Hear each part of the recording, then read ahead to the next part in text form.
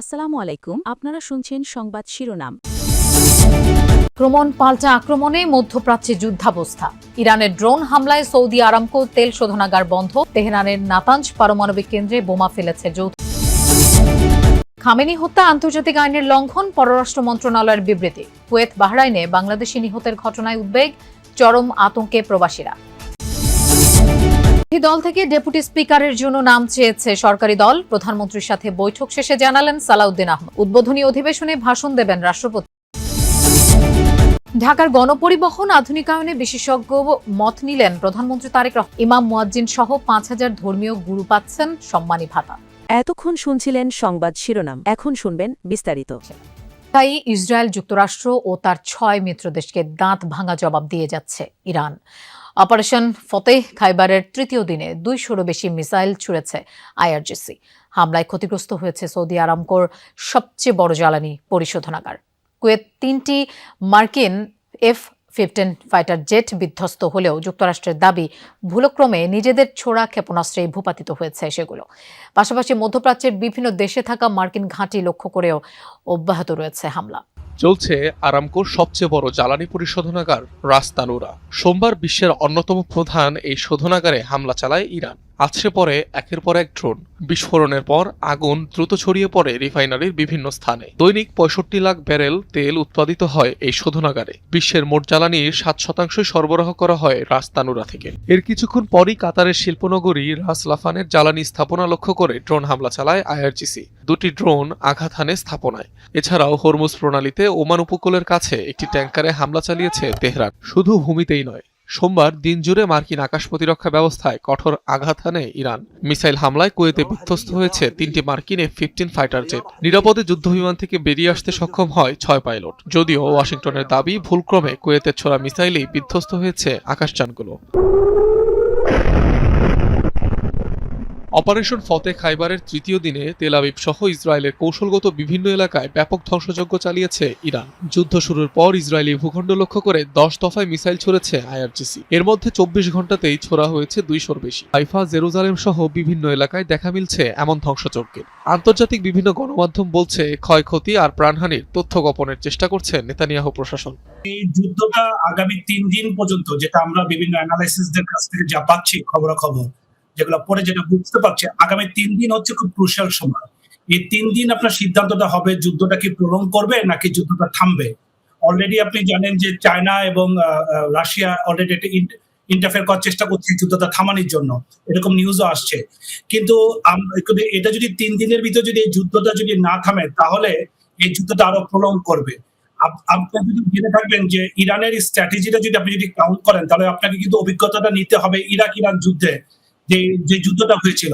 সেখানে কিন্তু লম্বা সময় ধরে যুদ্ধটা হয়েছিল, প্রায় ৮ বছর যুদ্ধ হয়েছিল। আর ইরান মূলত আপনার এই যুদ্ধটার জন্যই তারা ওয়েট করছিল। আপনি যদি ইরানের ডিফেন্স স্ট্র্যাটেজি গুলো যদি পড়েন, আপনি তার দেখবেন যে বিশেষ করে সিরিয়া যুদ্ধের পরে এবং সিরিয়াতে যখন তারা ফোর্স উইথড্র করে নিয়ে আসলো আসাদ সরকার পতনের পরে, তারা এই দিনটার জন্য ওয়েট করছিল। তারা কিন্তু জানতো যে তাদেরকে সব পক্ষ তাদেরকে চেপে ধরবে। এই জন্য তাদের ভিতরে একটা প্রিপারেশন ছিল, যার কারণে আপনারা দেখছেন যে ইরানরা কিন্তু এখন কিন্তু একটা ফাইট ব্যাক করছে তারা। এবং এটা কিন্তু তাদের আজকের প্রিপারেশন না, এটা তাদের দীর্ঘদিনের একটা প্রিপারেশনের অংশ।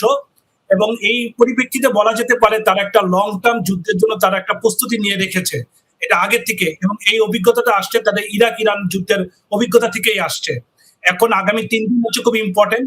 এই ৩ দিনের ভিতরে যদি কোনো যুদ্ধ বন্ধে যদি কোনো আলোচনা না হয়, তাহলে এই যুদ্ধটা আরো চারিদিক দিয়ে ছড়িয়ে যাবে। এবং একই সাথে অন্যান্য দেশ, বিশেষ করে ইউরোপের অন্যান্য দেশগুলো আপনার আমেরিকা, ইসরায়েলের পক্ষ হয়ে তারা এই যুদ্ধতে অংশগ্রহণ করবে আপনার ইরানের বিরুদ্ধে। স্যার, আপনি ৩ দিনের উপর জোর দিচ্ছেন যে ৩ দিনেই বোঝা যাবে যে সেটা দীর্ঘস্থায়ী হবে নাকি থেমে যাবে। কিন্তু আমরা ধরে নিচ্ছি যদি কখনো দীর্ঘস্থায়ী হয়, সেক্ষেত্রে বিশ্ব রাজনীতি, অর্থনীতি, বিশেষ করে বাংলাদেশে এর প্রভাব কিভাবে বা কতটা পড়তে পারে? বিরোধী দল থেকে সংসদের ডেপুটি স্পিকার মনোনীত করার জন্য মৌখিকভাবে প্রস্তাব দিয়েছে সরকার। সচিবালয়ে প্রধানমন্ত্রীর সাথে বৈঠক শেষে এই তথ্য জানিয়েছেন স্বরাষ্ট্রমন্ত্রী সালাউদ্দিন আহমদ। তিনি বলেন, বিরোধী পক্ষে আপত্তি সত্ত্বেও সাংবিধানিক রীতি অনুযায়ী সংসদের প্রথম অধিবেশনে ভাষণ দেবেন রাষ্ট্রপতি। সংবিধান সংস্কার পরিষদ বিতর্কে স্বরাষ্ট্রমন্ত্রী বলেন, সংবিধানে নেই এমন কিছু করবে না সরকার। জুলাই সনদ বাস্তবায়নকে কেন্দ্র করে অনুষ্ঠিত গণভোটে বিপুল ব্যবধানে হাঁ ভোট জয়ী হওয়ায় দেশের রাজনৈতিক ও সাংবিধানিক কাঠামোয় বড় ধরনের পরিবর্তনের পথ খুলেছে। এবার সেই পরিবর্তনের অংশ হিসেবে সংসদের ডেপুটি স্পিকার হতে যাচ্ছেন বিরোধী দল থেকে। সচিবালয়ে প্রধানমন্ত্রীর সাথে বৈঠক শেষে স্বরাষ্ট্রমন্ত্রী সাংবাদিকদের জানান, এরই মধ্যে প্রধান বিরোধী দল জামায়াত ইসলামীকে ডেপুটি স্পিকারের নাম ঠিক করতে বলা হয়েছে। এবং জুলাই জাতীয় সনদে যে আমরা যেটা ঐক্যমতের ভিত্তিতে যেটা আমরা সমঝোতায় এসেছি রাজনৈতিক সমঝোতার দলিল হিসাবে, সেটার বাস্তবায়ন এখন থেকে শুরু করতে চাই। সেই জন্য আমরা আমাদের দলের পক্ষ থেকে প্রধান বিরোধী দলকে আমরা মৌখিকভাবে আমরা সাক্ষাতে তাদেরকে অফার করেছি তারা যেন ডেপুটি স্পিকার তারা ঠিক করেন এবং সেটা সংসদে স্পিকার নির্বাচনের দিন একই সাথে নির্বাচিত হতে পারে। সংবিধান সংস্কার পরিষদ নিয়ে এক প্রশ্নের জবাবে মন্ত্রী বলেন, সংবিধানে সংশোধনী এনে সংবিধান সংস্কার পরিষদ আনা যেতে পারে, কিন্তু তার আগে সংবিধানে নেই এমন কিছু বাস্তবায়ন করা সম্ভব নয়। সংসদের বছরের প্রথমে এবং নতুন সংসদ গঠিত হলে তার প্রারম্ভিক সেশনে প্রথম দিনে রাষ্ট্রপতি ভাষণ দিবেন। সেটা এখনো পর্যন্ত সংবিধানে বহাল আছে, প্রথা আছে, ট্র্যাডিশন আছে। সুতরাং সেই হিসাবেই হবে। কেউ যদি দাবি করে সেটা ভবিষ্যতে যদি সংবিধানের সংশোধন করে যে রাষ্ট্রপতি আর ভাষণ দিবেন না, সেটা তখন দেখা যাবে। সংবিধান মেনে ত্রয়োদশ জাতীয় সংসদের প্রথম অধিবেশনে রাষ্ট্রপতি ভাষণ দেবে বলে জানান স্বরাষ্ট্রমন্ত্রী। কিন্তু রাজধানীর যানজট নিরসন ও জনভোগান্তি কমাতে বিশেষজ্ঞদের নিয়ে বৈঠক করেছেন প্রধানমন্ত্রী তারেক রহমান। এই দিন জুলাই যোদ্ধা ও শহীদ পরিবারগুলোর পুনর্বাসন করতে নির্দেশ দিয়েছেন সরকার প্রধান। একই সাথে ঈদের আগে ইমাম মুয়াজ্জিন সহ প্রায় ৯,০০০ ধর্মীয় গুরুকে ভাতা দেওয়ার সিদ্ধান্ত হয়েছে। রাজধানী ঢাকার নিত্যদিনের সঙ্গী যানজট, যার অন্যতম কারণ পরিবহন বিশৃঙ্খলা। নগরবাসীর ভোগান্তি কমাতে মেট্রো রেলের পাশাপাশি মনোরেল চালুর বিষয়ে ভাবছে সরকার। সোমবার সচিবালয়ে এ নিয়ে বিশেষজ্ঞদের সাথে কথা বলেছেন প্রধানমন্ত্রী তারেক রহমান। বৈঠক শেষে যোগাযোগ বিশেষজ্ঞ অধ্যাপক শামসুল হক বলেন, ঢাকাকে বিকেন্দ্রীকরণ করতে গতিশীল করা হবে রেল যোগাযোগ। সেই সাথে দ্রুত সময়ের মধ্যে নারীদের জন্য বিশেষায়িত বৈদ্যুতিক বাস চালুর কথাও জানান প্রধানমন্ত্রী।